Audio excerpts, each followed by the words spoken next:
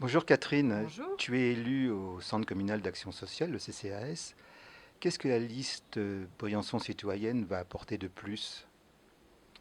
Alors déjà pour moi, la solidarité, c'est une valeur fondamentale bien évidemment et c'est se soucier toujours du bien-être de l'autre, quelle que soit son origine sociale ou géographique. Et cette solidarité doit s'appliquer à tous les âges de la vie. C'est pourquoi Briançon citoyenne, va proposer, de s'intéresser à tout le monde. Donc d'abord, de renforcer l'accueil, au centre de loisirs pour les jeunes enfants. Mais aussi de permettre à tous les enfants de Briançon d'accéder à une activité culturelle ou sportive. Et enfin, de renforcer aussi le personnel du CCS afin de permettre à nos aînés de rester le plus longtemps possible à la maison. Hein.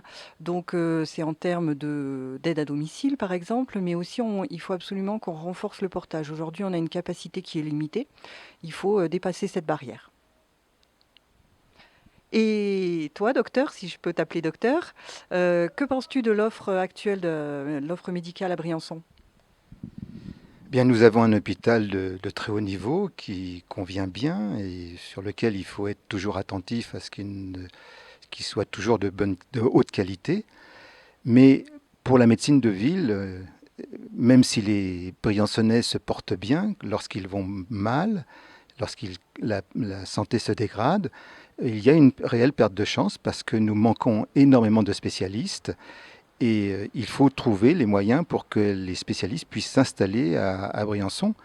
Et on a pensé à plusieurs possibilités, dont deux, soit une structure dite libérale avec qu'on appelle maison de santé, soit une structure publique comme les centres de santé, où des professionnels de santé pourront s'installer, non pas à temps complet si on ne peut pas en trouver, mais à des temps incomplets, ce qui permettra quand même de donner une offre médicale à la population de Briançon.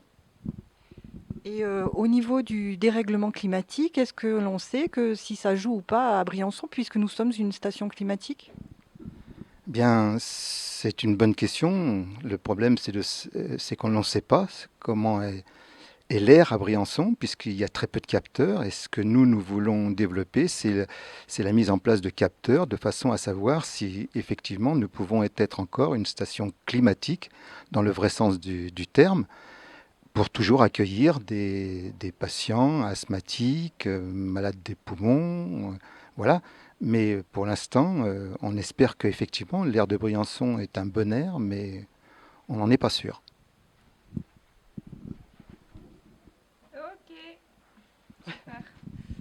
On a été mieux.